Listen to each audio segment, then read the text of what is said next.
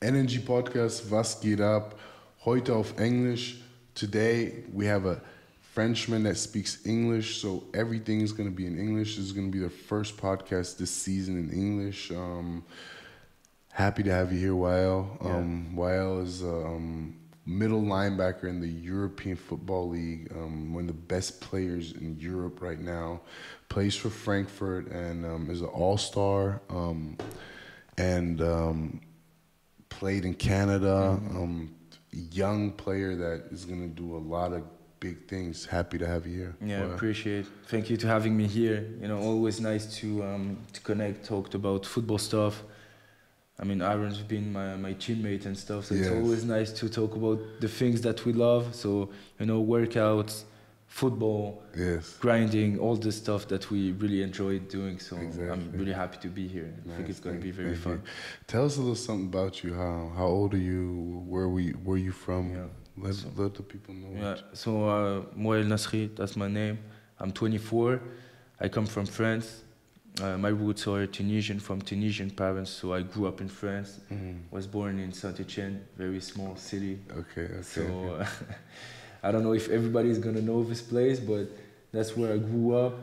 And I just fell in love with football, and that's how things started to, how life, you know, just opened to me, you know. I just choose a way with football that makes me happy today, so that's how, what I would say, you know, football, family, the things that matters. And I love your passion for football too. Like I said, I played with this guy, and his passion is unmatched. Like you have guy like Jamal, you, me, you know, that where we really, if we do something, we do it 1,000,000%. 1,000,000%. We leave the game. We don't just love it, we leave the game. That's the thing. We leave the game. Energy Podcast. So, tell me, for the people, how did you start playing football? Like, what made you, especially coming out of France, and you're not from a great neighborhood in France. You know, what made you decide to go play football? You know what? The funny thing, I started playing football because I was watching anime. You know, I'm an anime guy. Yeah. So Dragon Ball Z, all this kind of stuff, Naruto. And one summer I just found out like iShield 21, and it was like in Japan, whatever, and he just discovered football. So I watched the thing the whole summer. And one of my friends was like, hey, you know what, I watched it too, do you want to try football? I was like, all right, let's do it. So I went there, and, you know, I just fell in love right away. What year was this? It was, I was 13 years old. Crazy. Yeah, 13 years old. Crazy. So that's how I started. And after I was like, you know what, that's what I want to do. And I put all the efforts to just play football. And at some point, you know, you start like this, because I never knew about NFL or anything before. Yeah. So I saw this anime, and after, you know, I was interested. I was like, I want to look more and stuff. So, you know, you do your research on YouTube. Yeah. So you discover there is a league in NFL that you have, you know, we used to see the football college pump video. So me too. That used to be big, like the 2010, 11, 12 pump up college videos, right? I've watched like maybe 100 of them. Yes. All of them. So, you know, you start watching, looking at this. So where I started, it was, you know, small club in France. So it's tough. You see the big things, you see the big stadium, uniforms, everything. So you want to taste it. You want to get to that level. So that was definitely something that I wanted to purchase. You know, I was like, I think I can reach this. But it was hard because when you come from somewhere where you don't have all of this, because let's say in the US you start at like what, 6 years old, and you already know what is football, you already did put a helmet on, all those kind of stuff, so you get used to it. I mean, it's America is a system for football, like the sports system over there it's great. will get you ready for a college career, you know, all throughout middle school, high school, you know. They take it serious, and in countries like Germany, France, England, whatever European countries, football was not as big when we, like, you know, you would have to buy, your parents would have to have the money to buy the helmet, for example. That's how it was when I was young, you know. So certain things. I played basketball when I was here, you know, so I was just like, damn.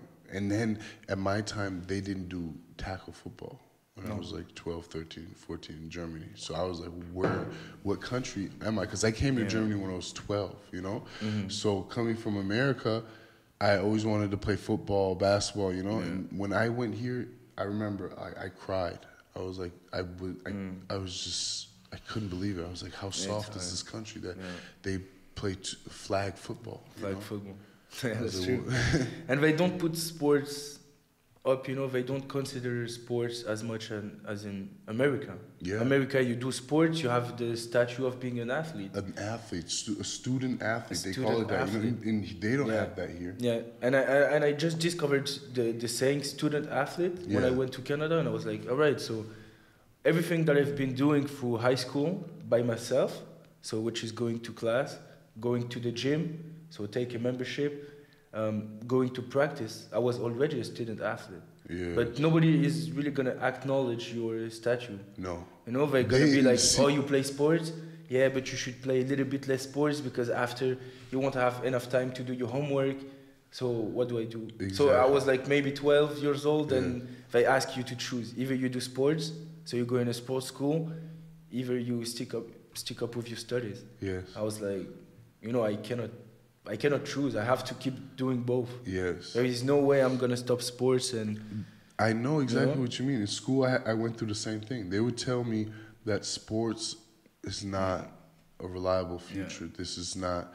There's nothing you can reach in sports. What do you want to do? You know, and it's like, okay, but at the end of the day, me sticking to sports made me go to college in America, you know, get scholarships and this and that and see more, you know, so and that's just how it's treated on this side of the world. But I think now, I mean, maybe in Europe it's different with soccer, you know, soccer is different. You got the special soccer schools and, you know, but still that people don't really respect sports over here like they do America. America, you're an athlete. Wow, you're an athlete, good. Exactly. What do you do? What type of sports do you do? You know, it doesn't matter what you do over there. Like you can be a fucking. You can be a 2-star, 1-star, no star. Nobody cares. You play football, so they know that you're putting the effort. You're going to the gym. Exactly. You wake up earlier than anybody else, so you can go to the gym, workout, and after get to class. Exactly. So they do respect that. Yeah. And even here in Europe, you go in a soccer school, and what people are gonna say about you? Yeah, but they don't. They don't know nothing. They can only play. They can only run behind the ball. Exactly. But why don't you guys do it then if it's that easy? Exactly. Yeah, but because I'm smart. Not really. You judge people because they're doing sports, but a lot of athletes are mostly disciplined people I've known. You know, like I'm not talking about every athlete, but there's athletes that like go do their school stuff exactly like normal people. They just sleep less. They just, you know, they have a whole plan. They know when to work out, when to eat. They do their nutrition, and on the side, they're still becoming doctors or whatever they want to become. You know, personal trainers. You know, like so. It's just like athletes. To be an athlete, to be a really like an athlete, and this is important for kids to know, is you have to have the discipline, man. Not the motivation, but you really have to have the discipline. If you want to get to a level, it's discipline. You have to have the discipline. It's all about discipline. There's no, you know, people are always motivated and keep me motivated and decent. It's just straight discipline. Because on the bad days when you feel like motivated. Shit, you know that feeling, especially with football. Course. You know, like you'll have a bad week. You just had a bad game. Maybe you broke your finger and this and that, and your back is hurting, and that's when the discipline comes in. That's when, are you still going to go to the rehab? Are you still going to do your mobility workouts? Are you still going to be in the gym? Are you know? No, for sure. You know, sometimes you like motivated by football before, like in preseason, before the game starts. Right before the game, you are motivated to play football. Super motivated. But what happens when the game is over? That you're injured, kind of, and you have bruises everywhere. And you know what? The next day it's Monday. Exactly. So what do you do on Monday? Yep. You know, you can choose. You can either like, I can take some rest, or you know what? Iron sharpen iron. So fuck it, I'm going back at it. Those are the best players on the team. But if you do that, it's mental strength. You have to force yourself because anyway it's gonna be painful. But I've seen that a lot. Like, I mean, we've both played football for years, so you've been on many teams, and I've seen that, especially maybe it's a European thing, or maybe even I don't know, in America, when you go to college, those are like the top of the top players, so they all have that mentality most of the time, So, but over here, I've seen that a lot, where the preseason is, and everyone's so motivated in training camp, and everyone's laughing and screaming and hollering, and then the first 2-3 games start, and then you look at the schedule and you see we have 5 games in a row every fucking week. Like every week we have a game. I'm hurting right now. My body's hurt. Like you would see that, and then you would see people aren't lifting no more. People, like people would always be hurt at practice, or do, you know what I'm saying, or even in the games, miss 2, 3, 4 games because their finger is hurt, whatever, and it's just like that's where all that goes out the window. The motivation, that's where you have to have your discipline and just be a dog. You know? I mean, you signed up to play football. That, I mean, we like, but there's also a healthy way, I think, in football. To do it. Yeah, football, combat sports, like a lot of people are like hurting themselves long term. You know what I mean? Like I've went through it too. Like where I'm still, I'm still dealing with my hip injury from what's yes. But I'm getting better and better. Like I'm really getting better. Like it takes time. And I'm doing my mobility every morning, like this and that. But it's like sometimes I'm like, wow, maybe it's just supposed to stay like this. But as I see it progressing after a year and look back, I'm like, okay, it's slow step by stepping. step. But that's what football or combat sports or certain things will do to your body if you don't take care of it. Because in football, you're taught to be hard. You're taught to be men. Like, hey, go out there. And this was a stupidity that made me play last year for Berlin Thunder. I had a diagnosed injury that I was out for the season in training camp, and I still was on the field. Played the whole season. Because we're trained that way, like even the coaches, the coaches will look at you disappointed, like, what do you mean? You quit? Oh, you can't play? Yeah, like that's what I dealt with last year. Like coaches were looking at me like I'm lying or something like that. Hey, but I saw you squat. I saw you do I saw you do goblin squats in the story. Why can't you play? It's rehabbing, It's not explosive movement. And that's what, like, I really noticed last year. That's why I'm not playing this year. Is that, man, football, like they will treat you like a gladiator, like we talked earlier. Yeah. They will treat you like a gladiator. 100%. If we look at the whole thing, gladiators were slaves. Like, and that's a fact. If you look, and that's how I've been treated in my football career, basically, Like, is there, like, if you go back and look at all, like, the things you've done for teams or whatever, and won championships, whatever, who's going to remember that?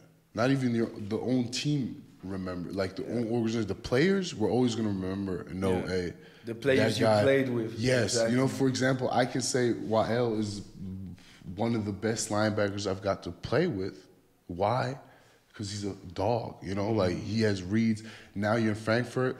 To me, you're in the wrong system, like, like because you're a original middle linebacker with 4 linemen, but I saw you guys are playing with 3 linemen, and you're doing a lot of spills, and Yeah, for sure. I hope people see that on tape and are gonna be like, okay, him not being the leading tackler of the ELF or EFL, of the ELF is has nothing to do with him maybe hurting his knee earlier the year or whatever. It really has something to do with the system that you're playing, and that's sometimes where football is like weird. Like people that don't know football, like, are gonna really like judge players and be like, hey, he had a bad year. I remember one time I had 5 or 6 sacks, but I was a 5-eye guy. Like it was only 3 linemen for linebacker, and I thought I should have been an outside linebacker rushing because I'm a great pass rusher. But we didn't have no linemen, so I had to play inside. and people were like, "What happened? You didn't perform." And I remember when I went to Hildesheim, and people were saying, "We want that 2016 Aaron, like when you led the league in sacks, you know, like we want that 2016." I was like, "What are you talking about?" Like I felt I played better. If you look at the tape, I had nobody ran on me, like you know what I'm saying, and I got 6 sacks out of a 5-eye. And I got so many rushes, but they don't look at that quarterback rushes. They just look at statistics. Exactly. They look at statistics. They don't look how you really help the team. You know, when you talk about system and stuff, in a different system, everybody's going to have his own task. Yeah. So let's see how good you're going to do your task and how it can help the team. Maybe you're not going to get the spotlight, but what you're going to do for the team is what makes the team better. Exactly. If you keep bringing pressure in two seconds, then the quarterback must fall faster. Exactly. And get quick reads. And that's what people don't understand. And after you DBs get interception, pass deflection. So you send the spotlight to the DBs because they're making plays. But everybody should get the recognition because it's 11 against 11. If someone is lacking doing nothing. But it's not America. That's the thing. Yeah. You know, Europe is like that. Real talk. Like I've had DBs over here, even last year, whatever. Like I've seen it all the years. Like DBs in Europe do not appreciate. American DBs do, but DBs in general don't appreciate their D line. Basically, they get picks and they're like, "Oh, I did that." But you look at tape and you just see 2-3 linemen. Jumping at the guy, the guy has to throw it off balance, you know. And in America, DBs will come up to their D line like a quarterback with the O line, or linebackers too with their D line. I remember one year I led the league in sacks. It was me and another dude, and then Tiadric led the league in tackles. Like Tiadric's a dog, and that was because we had a great D line and a great linebacker core. And you know how chemistry was there. So we fed off each other, you know. We had open gaps for our linebackers to eat. To make the play. You know, and the O-line didn't know who to concentrate on. If they should concentrate on the right end or on the left end. And it was just perfect. And that's where I was like, man, if you're playing with some dogs, football is really fun. It's fun. You know? Football is fun. Yeah, it is fun. But if you're in the wrong system, and you sometimes feel like shit over here because, like I said, they're only looking at stats, and especially defense is horrible. Like it's about stats. Yeah, it's very offense focused. You know, like that's what I noticed when we won the championship 2010, and nobody talked about the defensive performance. You know, like that was my first year playing. I had a sack, I had 3 tackles, a tackle for loss, 2 tackles for loss. Our other end, Chris Reek, was balling. Like our linebacker was balling. Like our DBs, Garden was shutting it down on one side. Like our whole defense, they scored 1 touchdown and a field goal. You know what I'm saying? And our offense was not rolling. We had like 200 passing yards. You know. But they never said, gave the credit defense. To the, yes, credit you know what I'm saying? To the defense. And that's when I noticed, that was the first year of me playing football here. I was like, wow, okay, while defensive ends get paid hundreds of millions and next to the, you know, like over here, they don't care about that, you know? They don't care. You can put all the effort in you want to, and they'll just look at stats. Oh, he missed practice. Oh, he wasn't at practice. He's not a good guy. Like, he doesn't practice. He doesn't... What I didn't tell you guys, I just broke my hand in the game. So, of course, I'm not going to practice this week, you know? And I've had injuries. You've been taught to be tough. Exactly. You don't know what is real pain, you know? Exactly. I've played with injuries. I didn't tell nobody. Like, I didn't... Broken hands, broken fingers, broken wrists, all that. Broken elbow, torn triceps. I've had all type of injuries, torn meniscus, and nobody cares at the end of the day. Because I remember, like... If I don't play, then no one's gonna hit you up anyway. No one's gonna care. So just play through it. Try to win this championship. You know what I'm saying? Next man up mentality. Someone else is coming, get your spot, and that's it. Exactly. Nobody is gonna care about your body and your health more than yourself. And it doesn't matter if like the coaches loves you or you're doing great. At the end of the day, you're the one who is gonna take care the most of your health. Exactly. And it's gonna matter for you. I mean, at the end. because we've been taught, it's a tough sport, so we know that we can have injuries, ending season injuries, all those kind of stuff. 2% of the games have no injuries. Did you know that? No, I didn't know that. I just heard it the other day. You see? 2% of all, like, the NFL games have no injuries. 2%. 2%. That means out of 100 games, 98 times people will get hurt in the game. So who is going to take care of yourself more than yourself? Nobody. Nobody. Nobody is going to come pick you up and take you to the physio. Nobody's going to come and say, oh, you have to do elastic workouts. Especially not here. Especially not here. Yeah. If you're in the NFL, I think it's something different. It's $1 million thing. But over here, it's not like that. The mentality is not like that. With certain players, of course. If your American quarterback gets hurt, he's going to get picked up, But not if our French linebacker gets hurt. You're not going to get picked up and brought to the physio. You have to do it by yourself. Yes. But the thing is, like, even in America, if you look at, like, LeBron James, when he said, I spend $1 million a year on my health. Yes, thank you. I'm pretty sure some other guys in the league don't do that. No. They spend their money somewhere else. But after you see why LeBron James is still balling out after 20 years, playing for 20 years. Look, I'm a personal coach, right? So, and I train with a lot. Right now, I used to train with a lot of athletes, soccer players, fighters, whatever. But now I'm more focused on businessmen, like CEOs and all that, So even with those guys that are spending maybe $3,000 a month on a car or, this and that and flying to nice place, whatever, hey, man, like they'll pay you once and then they won't, or twice, and they won't, they don't understand that training with me for 12 weeks is going to get you somewhere, and we have a transformation. Like, I have people that lose 10 kilos in 12 weeks, but the thing is, in my head, I'm not done with you yet. Like, I have so much still to teach you, but people don't, they're like, oh man, now it's too much and it's too expensive. And I'm like, if a doctor would tell you you're going to die tomorrow, right? Would you let yourself die? How much? No. And he would tell you, like, let's say he tells you you have a month to live, right? A month. You're not going to die of pain, but you're going to die, though, But you know what we have? We have this little pill, which can reverse all that, and you'll have a perfect life. Get me $100,000. You'll get that. You know what I'm saying? If I'm telling you right now you need heart surgery, we're going to put you on a list. But to get higher on the list, it's going to cost $250,000. And the guarantee that you're going to live is not going to be there, but you have a big chance.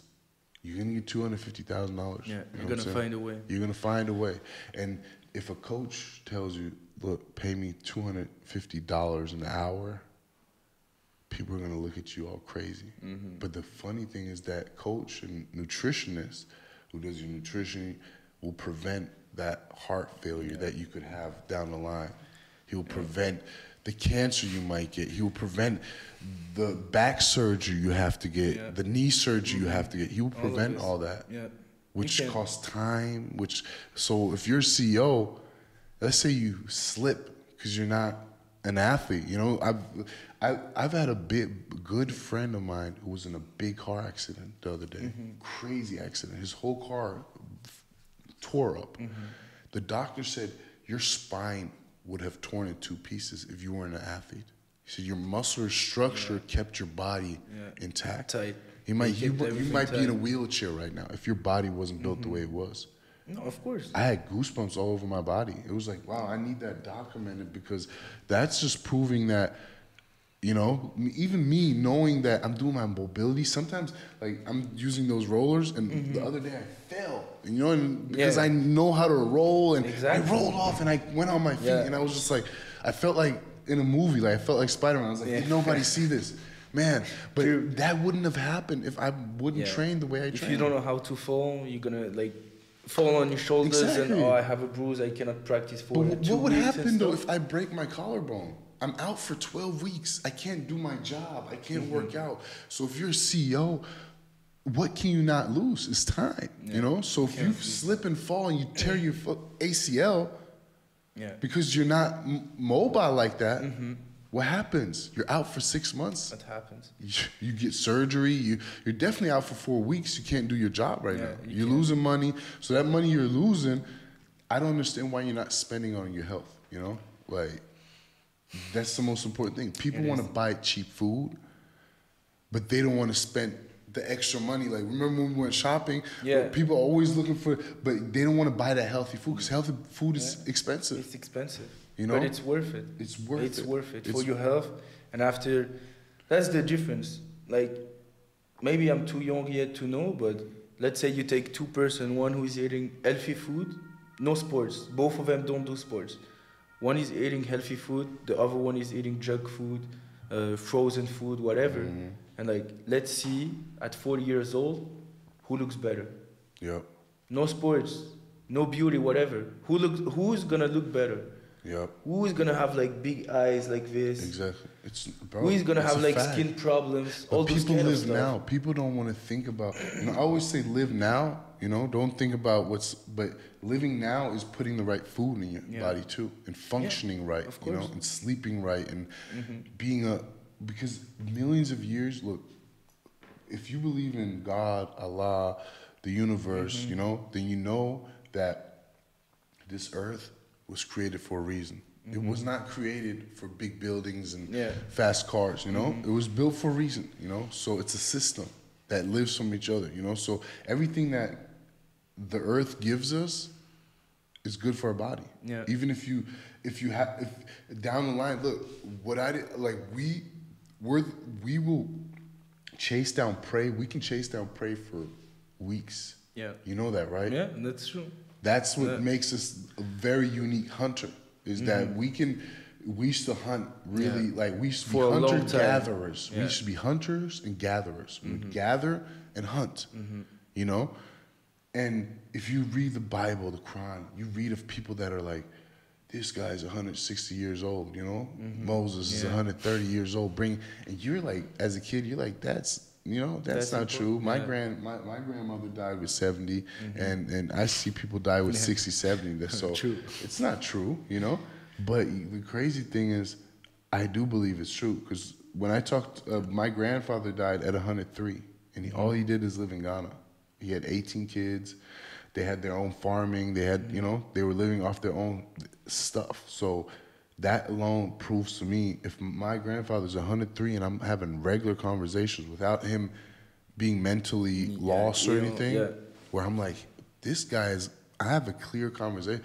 And then you see people here with 60, you cannot have a clear conversation with them because they're mentally already, So that alone proves that nutrition, lifestyle will give you a boost of maybe 40 quality years. I'm saying you don't have to be 60 and be old. I'm 36 now, And my goal is to become healthier and fitter and better from year to year. That's what I want to achieve, I want to be 50 years old and look back and be like, I'm doing splits now. Like, let me go play some ELF football, I feel way better right now that I'm old. But that's the thing, even like many times, you see like parents going out with their kids and they can't do much with them because they're just out of shape. Exactly. You're missing incredible experiences. Exactly. And what does it take? Because you cannot do bike, because you have never been on a bike. You're just sitting on a couch. Exactly. So you don't know how it feels like. And you want to create a special connection with your kid and stuff. So you want to teach him something. You want to climb a tree with him. You want to climb a tree. You want to go on a mountain and do this kind of stuff. But if you already gassed out and you need your air and you're like, how are you going to do that? Yeah. You can't really do it. So it's really, really important. It's the system of the world, though. I think it's healthcare. Like, they're making a lot of money with people being sick right now. Yeah. And it is. That's a fact. It's a big business. Yeah. It's a big business. Us coaches, I say, because for anybody that doesn't know, Wael is a personal coach too. Yeah. Like, he's pursuing a personal coaching career next to his football career. So if you're anywhere near Frankfurt, hit this guy up. He's a great, I love the stuff you're doing. You're doing a lot of movement stuff, functional stuff. Yeah. I love that, Movements a lot. Exactly. Yeah. So, if you guys are interested, or if you're interested in training with me, hit me up, but yeah, the personal coaching industry is just so, because there's so many flukers and fakers in the industry that like 100%. guys are promoting I'm the best fighting coach. You've never fought. You've never been in the ring. You have not one pro fight, and you're training MMA guys. You're training, guys are getting their stuff off YouTube and not by doing shit themselves. You know what I'm saying? Like, people are trying to teach people how to grow more muscle mass and never have done it on a natural way. Yeah. You know what I'm saying? Like, you can teach. Yes, like, what have you done naturally? Like, there's a lot of guys I see, man, they're on roids, they're doing this, they're doing that, and I have nothing against roids, man. If you do what you have to do. Every person has to do. There's people on roids that work the hardest, like, yeah, that's true. You feel me? But be transparent. Exactly. And don't say, follow this program, you're gonna get as big as me. Yes. Because after people are gonna think that it's true. Yeah. But it's delusional. Exactly. After they realize, oh, no way I can do that. Yeah. But you have to tell them the truth. It's gonna be hard. It's gonna take times. You're gonna struggle. You will want to quit and stuff. But it's very, very small steps. There's no fast transformation. People always want that. Quick, easy transformation. People want that transformation, and they don't understand. Look, man, first of all, this guy is taking testosterone, he's on growth hormones, and then he's cutting down really unhealthy, so his before-after pictures, like, it's not true, and the real truth of it is, you go to practice, you work out, now fucking 8 to 12 weeks have passed, and you're not happy with the results because in your head, you saw yourself cut. You said, if I start in March, in June, I'm going to have that beach body. What? What are you talking about, man? Listen, this Why? How are you going to do that? You know what I'm saying?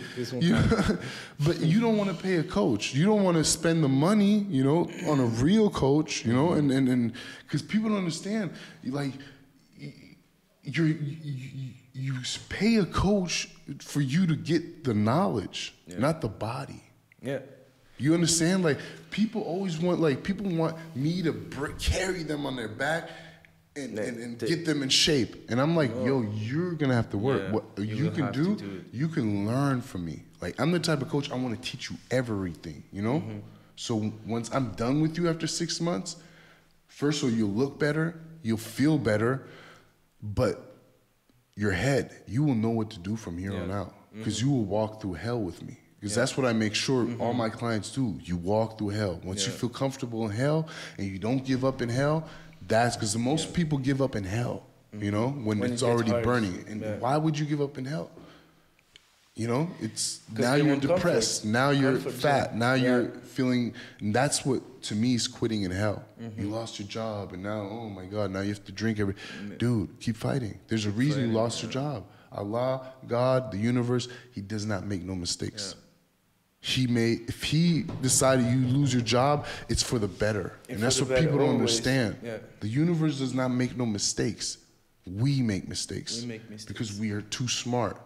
We don't understand how the world, every tree is the roots, they're rooted to each other. Why do you think Indians cried when they started cutting trees? When they kill a cow and stuff like that. Because they related to it. That's what I'm saying. But we're so smart. We know everything better. Like, I used to, I don't even kill flies no more. You know that? Like, it sounds crazy, but I swear, I think about everything I do, and sometimes there's a fucking big spider. And I used to be like, pop, but now I put a glass on it. I'm like, let me put that back out. Yes. Yeah. Let me bring it back out. Because now I have a different perspective on life, a different respect for life, And it's just like, everything's created by God. Like, why am I why are we always so, even like brothers of Islam, whatever, they're praying and they're so, they have so much fear of God, but at the same time, they will kill. They will, you know what I'm saying? For sure. And it's just like, okay, good, but think about it, God created everything, everything, every creature, for a reason. For a reason, for sure. You feel me? You just have to, go in this world, do the best that you can do, and it's not about pushing each other aside. It's, climbing in your own way and just making a good path for you, a good life. Exactly. But for everybody, a good life is different. Yeah, exactly. For some people, a good life is going to be getting some champagne, vodka, all those kind of stuff, and just chill. But do you think at the end of the day it's a good life? Because I've seen exactly these people that where you think this is all they want, they're the most depressed. Yeah, but it's not our nature. I think if everyone would really think of what our nature is and go back to what we really, you know, like peace. Peace is, I think, the most important thing. Relaxing, being able to relax, you know, like being able to just enjoy. You know, this is the things we don't do. We are just so fast right now. We live so fast, party here, party there. You have one great party, and all of a sudden you start partying 4 times a week.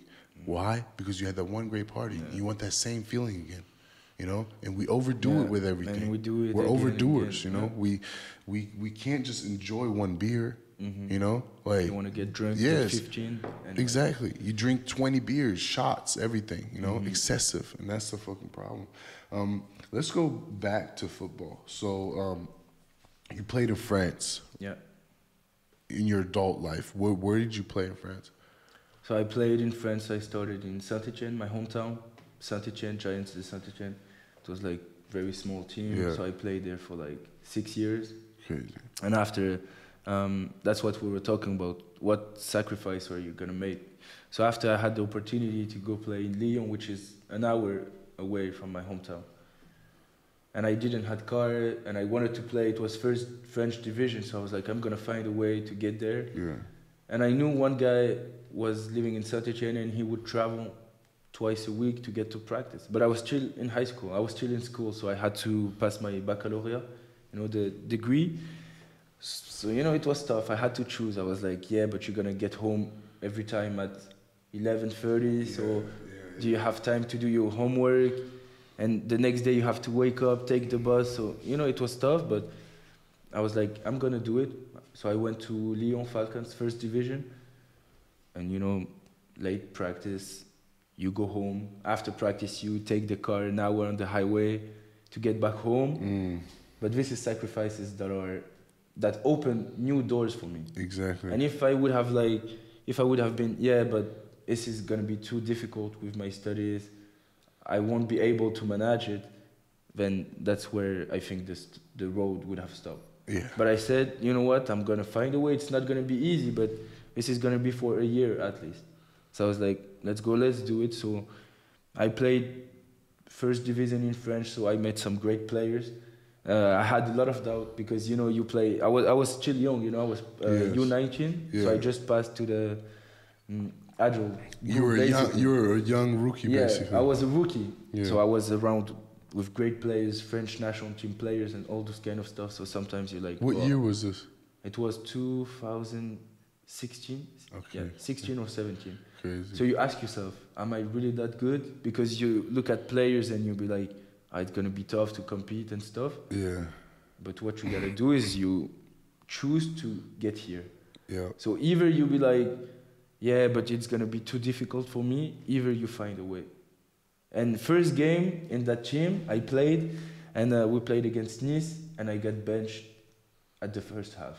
Yeah. So I played the first half, I get benched, and I was like, yeah, am I not good enough? What do I need to work on? So, you know, like the second half, I was just thinking about myself. I was not even looking at the game no more. Yeah. Because here it was like a whole thinking processes. So, you know, it was tough.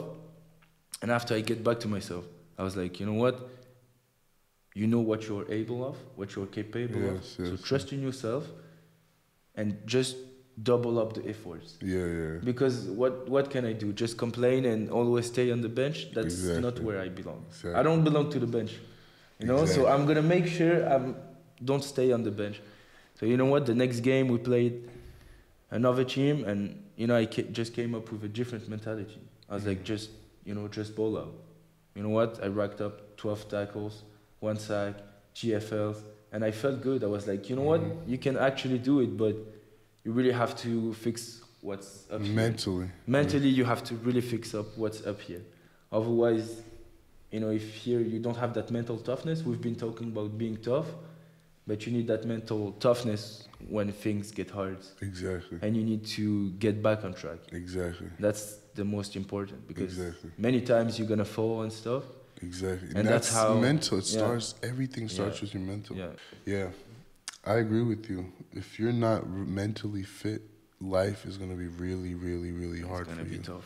And people have to understand that. And that's why I say relax. Go back, sit back, and relax a little bit more. Think about your life. People are doing things in life that aren't making them happy, you know, that aren't, and they're not thinking about, like, that situation you just described where you were felt like shit and you went back and thought about everything you have to do and what you have to do. And what did you do? You relaxed, right? You relaxed yourself, so you balled out.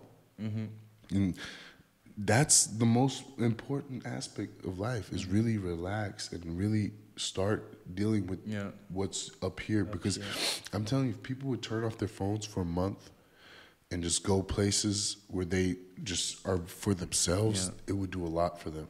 And they would come back completely different. Yes, because people don't think about what's real. Like, people do not think about their own problems a lot. No. They try to get rid of their problems. We don't have time for this. Netflix. Because you have Netflix, you have social media, you have so much advertising that you don't have time to ask yourself the good question. Yeah. Because you want to ask yourself the good question, you put Netflix and you're looking at reality show, whatever. So you're just looking at them. You're not able to think about, okay, what's going on in my life you right feel now, joy, you feel sadness from a movie, not from what's going on in your own life. What's going on in your own mind. You laugh about something that's going on in a movie. You don't laugh in your own life. Yeah. I see people sometimes, they're on their phone and all they're doing is depressively scrolling up and down the reels, just looking at reels. 4 hours. They're making it more easier. It used to be pictures. Now it's reels, you know. Now it's everything is faster, quick 15. They also tell you, if you want to have a reel that really goes through the roof, goes viral, make it 7 till 15 seconds. Those are one, because it's just fast the whole time. Info. It's a lot of information. So your brain is like, oh, I'm getting new information. So you think you're getting smarter, or that you're getting knowledge, but this is not enough. 7 seconds of knowledge is not knowledge. If you want knowledge, then you have to speak up with something, you know. Read a book. How long does it take to read a book? It doesn't take 7 seconds. Yes. You have a book of 400 pages, maybe it's going to take you weeks to read it. Yes. Because you're not going to read it in once. Yeah. And maybe you're going to stop and start a and month you think later. about the stuff then. You know, when I read, I think about it the whole day. I'm like, okay, that was... that's what he meant when he wrote this. Exactly. So now you have a real reflection, and your brain is working even when you're not reading no more. Exactly. Because you had like another vision of life, another perception. So you know you're growing from it. Yeah, it's crazy. So tell me, Leon, your first year, and after that, where did you play? Yeah. And after that, I had the chance to go in Canada. Yes. So I went there. I was like, you know what, I'm 19 years old, but I'm just going to leave everything behind me and just travel. So you went to Canada. Yeah, went Crazy. to Canada. So I was like living at my parents' house to just live by myself in Canada. So first month, you know, it's tough. Because you leave your family, so you lose everything. You know, you're not in the same country. There is new people, you need to make new friends, all those kind of stuff. So I played there. In one team, but I just stayed there for 4 months. Because after a few months I get there, I was injured. So before going to Canada, I graduate. So the night out, I go and I break my foot. 1 month before going there.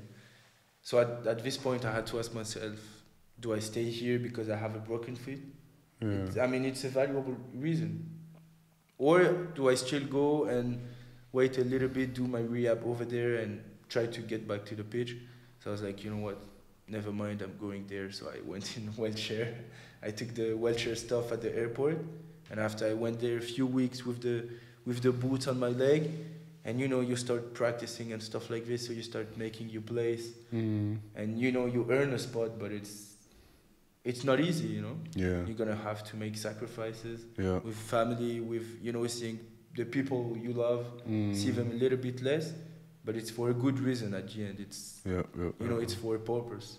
Yeah. And if the purpose is important for you enough, then everything is worth it. So I played there, and after I transferred, because I had some problem with coaching staff and stuff, so I didn't feel comfortable. But I listened to myself, it was like racist stuff. So, at some point I was like, no, I'm not going to let myself being disrespected. So I'm going to take action, but to do this, you have to listen to yourself. Yeah. Are you going to let people disrespect you, or are you going to, cut it right now? So I said, I'm not staying there. So I went to another school. So I'm already in a new country. And even in a new country, you have to still move to find the best fit for you. Exactly. So this is not easy. It's not, you go the American dream, you go, everything is perfect, everything is easy, it's hard. So after I get to that second team, and I met some people who really pushed me to, what do you really want to do? How hard do you want to practice? The way you practice, the way you do things. It's like, do you go to the gym to go to the gym, or do you go with a purpose? And that's make the difference. If you go with a purpose to practice, you're going to practice harder than anybody else. You're going to, swarm, run after the ball more than anybody else. And it's like those little things, those little details that made the things, even more enjoyable. I enjoy it more. When you look back at it right now, it's been a few years ago, I'm like, this has been great, It was super tough, but it was super great. Nice. When you look back at it. So I played there and didn't have the chance to go to college because I didn't have offers. So I was just a walk-on. I was like, I just visited there, and he was like, do you want me to show you around? I was like, no, I have a friend who is here, so he already showed me. I'm just here because you guys have CFL coaches, and I want to get there, so no need to talk no more, Yes, So he said, yeah, you're going to have to fight for your spot, so no guarantee that you will play and stuff. Nice. So in my mind, I was like, you know what, I have all the resources that I need. Yeah. So now that I signed with this team, my position coach played in NFL, CFL, DC played in CFL, NFL. Okay. So I'm like, I cannot complain. It doesn't matter if, if they didn't recruit me or whatever. I'm here. I'm here. Yes. Make something happen. So I would text him every time, and big shout out to him, Coach Irvin. Great guy. Yeah, he would take a lot of time. So I would text him, are you down to practice and stuff? So we would do one-on-one. And he would really take time with me. He started like an hour 30, show me some stuff. And I did this before my first season. And you rarely have coaches like that nowadays that really go out of their private time and take that time for players. It's tough. Those are great coaches. Yeah, but it's tough to find. I think I didn't find that many coaches like him who are like, you know what, I have a family, I have kids, but I'm still going to get there and just make you sweat, make you work, and I'm going to happy with it. I'm going to be happy with it. And he did this with me for weeks. I was texting him, what time today, what time tomorrow. And every time he showed up and he helped me and stuff. So things going on, practice camp, rookie camp, whatever. You know what, I played. And with the same mentality that I had from my previous team. You just get experience from one player to one coach to, one people can give you the things that make everything happen. So, I was like, I'm just going to practice the hardest, run the fastest I can, and everything went pretty well, Nobody did expected me to be there, Ball out, yes. I still balled out, and I started all the games and stuff. Crazy. And, I felt good because, it wasn't handled to me at the beginning. You had to grab. I had to go get it by myself. It was the other way. It was like, we don't think that you're gonna start or that it's gonna be your spot. But with the work that I've been putting before, I said no way. Someone else is gonna take my spot. Crazy thing is, I went through the same thing in America. At 18. Yeah, I went to America back then after I finished my school here in Germany, and then I went to Atlanta, played practice in front of a D1 team, and they looked at me like, are you crazy? I was like 40 pounds overweight. I was out of shape, and it was like a reality check, you know. And then I went to play in New York in some tournaments, and then I went back to Germany. I trained. I came back to Cali, and then I had to pay tuition for my college, like junior college. I didn't even get to have a scholarship, you know. And I didn't either. I had worked 3 jobs there, you know, like I was doing all type of stuff, and it took me a year and a half to get that scholarship. Then, you know, to play football. It's the grind. So I find it interesting that we have a similar story because me too, it wasn't handed to me, you know. I had some basketball friends, like I brought them over, you know, and they got D1 offers and, you know, and all that.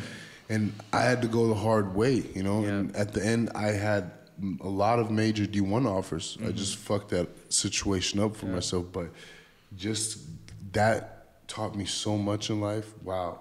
Because I didn't give up. I had to go back to Germany. I had to do bouncer for a year to save up money for my tuition. Yeah, I've been there too. Back. You know, it was just like crazy. So tell me, after that Canadian time, right? You come here? Yeah, I came back here in Europe. So I stayed there for 5 months in college actually, after I had like some visa problem. You know, you get back, you like all the efforts and stuff. So it was 2020, so it was COVID. So I texted every coach from the GFL. I sent them a text message with my highlight, and you know I didn't have a name in Europe, so it's pretty hard. Then you say I just played in Canada and stuff. So a few teams replied, but after it was COVID, so nobody played. And after I was talking with one of the guys from Falcons, the team in Lyon that I played with, and I was like, I'm really trying to play football in Europe because I've been missing this and stuff. So I went to Denmark. Played for Triangle Razorbacks. So I played there this season. It was like short because of COVID, so I played 4 games of season. And after we were supposed to go to the semi-final, and because of COVID, they just ended up the season. Crazy. So I played 4 games, and that's it. Crazy. So the whole season stopped. I came back home in France, so I worked on, you know, everything, working out, trying to make money and all this kind of stuff. And I was like, I'm going to get back to Canada because I feel like I'm going to have opportunities to get to the CFL, coaching and stuff like this. And in the meantime, one of my friends, Louis Achant, he signed with Berlin. And me, I was like, I'm going back to Canada, so I don't want to play football in Europe. That's not my goal right now. And after, you know, I was working in a factory trying to save money so after I can live better, you know. And one day he calls me and he's like, yeah, we need inside linebacker and stuff. And I was like, yeah, but I can't. I told you I don't want to. And after he's like, yeah, but I think it can be a good opportunity, you know. So I came, signed with Berlin. And you know, things went how they went. I didn't expect it to be this way. And I feel nobody did expect me to play at this level, you know. Exactly. Nobody knew who I was in Europe because that's how I feel. Yeah, I feel that's how football works in Europe. You know, you play 2 good years, so now you known in Europe. So they do expect a lot, but if nobody knows you, they don't really expect much from you. So the opportunities that just opened up, sometimes you just have to explore and give it a try. And after I had the chance to get to the NFL Combine, CFL Combine, so you know, every time when one door get closed, another one opens. And now it's easier for you to get to the CFL at this point, right? Yeah, I think so. I mean, at this point, because anyway, I'm a global player. Exactly. By the CFL, I'm considered as a global player. So even if I played Canadian football, I'm still considered as a global player. Crazy. So you still go through the same draft processes than someone who never played overseas. So at the end, it doesn't really change how things are going to be. That's crazy. So last year, Berlin, tell us how that first year in the ELF went. I mean, you dominated the league. It was the first ELF season. I played with you too. I was very injured. That's where I was like, fuck. I would have loved to be at full strength and play with linebacker. A little bit. But you dominated last year. Like how was that for you? Like just in Germany, the experience with the ELF first year. Yeah, first year in Germany, in Berlin, you know, the big league ELF. So, you know, I didn't thought about it right away. Yeah. You know, it was like one game at a time. Yeah, Just show how you play, the way you play and stuff, and things are gonna come, you know, by themselves, naturally. Yeah. But definitely it was great feeling. But at some point, you know, I was able to make all of those plays because I played with great players. I played with you, we played with Colin, with Louis, with Dio, Jamal, with Paul, Jamal. So, you know, at the end, it's like... We had a great defense. We had a great defense. I think it was very fun to play. Yeah. It was very fun. It was nice. I like it.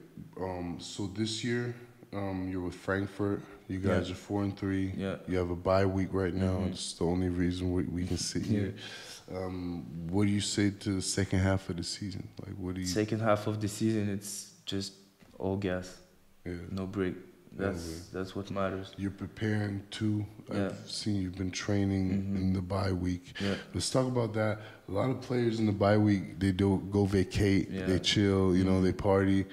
What has changed in your head to where you did your bye weeks a couple years ago to now? So now, it's like few years ago, I was like, hey, you know what, it's bye week. I should enjoy my time because we don't have, you know, that much time. You don't have weekend when you play football because if you play Sunday, you don't go out on Saturday. Exactly. So when you have a bye week, you want to enjoy all those little things.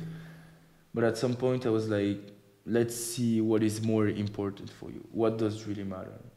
Is it football, the whole thing? Do you really love football in a way that you're going to spend 6 months just focused on football? So that's what we said. You have to ask yourself the question. So you need to relax and have a self-conversation with yourself. What do you want to do? Do you want to, you know what, you can found some flight chips and just go on vacation and, you know, it's fine. You can just lay at the beach and stuff. Or you take a different path that you can still enjoy.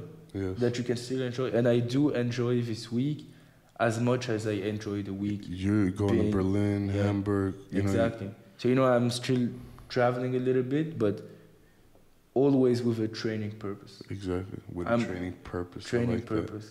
You know, I came to Berlin, I was like, first thing I did is look for a gym where you can find a week membership. Yes. Because what if I come to Berlin and I don't train? I'm gonna feel, you know, I'm gonna feel guilty to not doing the things that I said I will do. So first day, I found a gym, went for a workout, relaxation. You're investing in your body. Yeah, right now. I mean, you don't go hard, but you just make sure you take care of your body. You let the machine keep rolling because that's how you feel better. Exactly. So I feel this bye week is really gonna help me, and I feel the difference. Let's say compared to last year, and I feel like I have energy. I didn't play, didn't practice, so you know all the little bruises and stuff, little injuries. You feel that they're getting away very easier, you know, instead of just chilling because you need to bring blood flow so you can heal better. Yes. And I'm feeling it. So, you know, it's like a good decision. I'm happy, you know, to take this decision. Nice. Like, what's the best for me? You know, beach is always going to be there. At some point, if I'm like 50, 60 years old, I can still go in vacation and enjoy the little things. But right now, I do enjoy you know, the process, you know, the grind. And I love it. Yeah, I mean, that's the best thing about it is the grind. I think people have so many perspectives of grind, and I've heard the other day people saying if too much grind is not healthy or you're gonna burn out.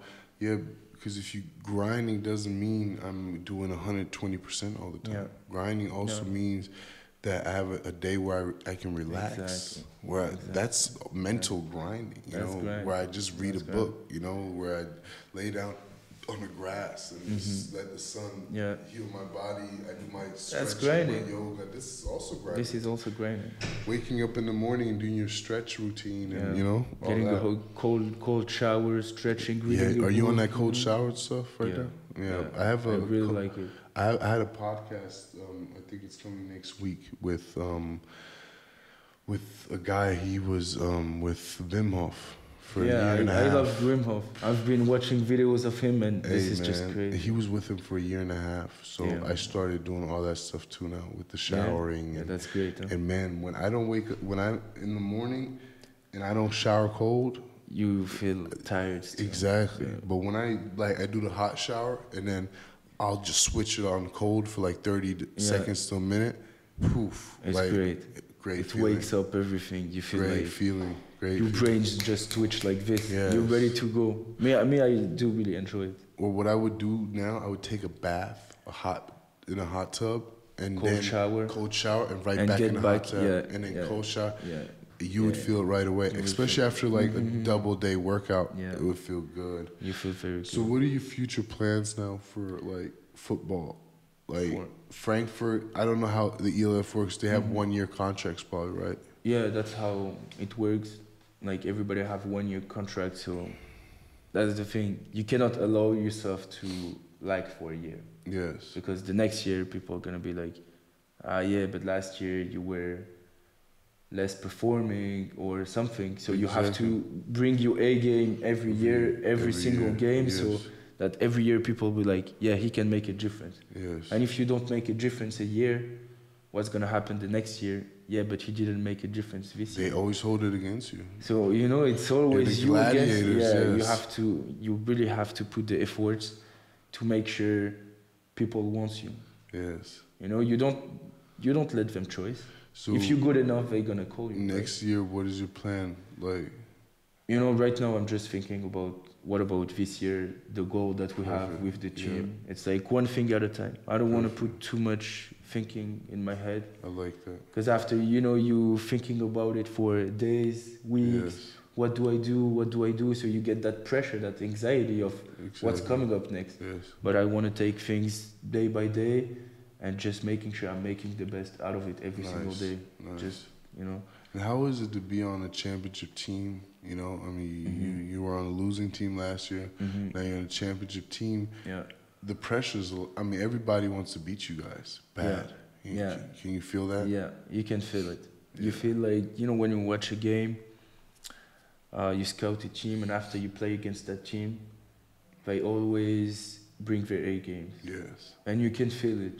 The players, they want to beat the reigning champion. With the big names, had a great offseason, a lot of big names. Yeah, so everybody is really trying to, to give their best to beat us. But me, I like the challenge. Because if you want to be the best, then you have to beat the best. And it works for everybody, It's not... every year you have to prove yourself. And every game, every play, every snap, you have to prove yourself. You don't take things for granted. And I didn't came here just because they were champions. Exactly. Because I don't, I do expect things to be hard. Yeah. I didn't say I'm going to go to the team who won the championship, so it's going to be easier to get there. It's not. That's not how sports works. It does not work like because that. Every year things are different, and every year you're gonna face like some new challenges. Exactly. So nothing is gonna be easy. Everything starts from zero every year. That's why when people say, "Oh, Kevin Durant went to Golden State for easy rings," there are no easy rings, man. Doesn't exist. There's no easy championships. Doesn't exist. Easy rings doesn't exist. He still had to go through off season. He still had to go through the whole season, 82 games. He still had the playoffs. There's no easy games. This is not easy. This is not easy. He was just on his A game the whole time and never let off. Yeah. That's that drive. Hey, I appreciate having you here. Yeah, for sure. Man, this was our first English podcast of this season. Normally we only have German podcasts, but what we do is every season we'll throw in 1 or 2 English just for the people that also are interested in hearing it in English. I know a lot of Germans are going to be like, whoa, come on, man. What are you doing? Why is this one in English? But like I said, we want our stuff to grow and become international. That's why I like having people come in and, and I don't know if we can get a French translation under it, but I'm pretty sure for your Frenchmen that we can get something going. I really appreciate you here, and I wish you the best of lucks with the season, man. And I'm rooting for you guys. I'm just glad to see you today, and I'm happy that you really came here in your buy. Like, you know, love it. Perfect. Yeah, of course. I'm very happy. I mean, you know, to see you again and always bringing good energy and good vision. Yeah. Thanks. If you would had like a shitty vision, I would not be here. You know? But when we talk together, there is always something about what's up in the future. What do you want to build? What do you want to? So you know, that's the thing that are important for me. And you know, it's good to talk about things like this. Exactly. So that's the reason. Surround yourself with people that give you growth. Yeah, you know? Exactly. That's why, like, I like meeting people where I know, okay, this will help me, you know, just certain things. Like, I just need to hear this and that, and then I'll be like, okay, great. Yeah. I'll take that and I'll use that and try to implement in my life, you know. Yeah, perfect. Hey guys, I'll see you next Sunday. Energy Podcast. Hey, it's good. I appreciate it. Hey, it's great always, you know.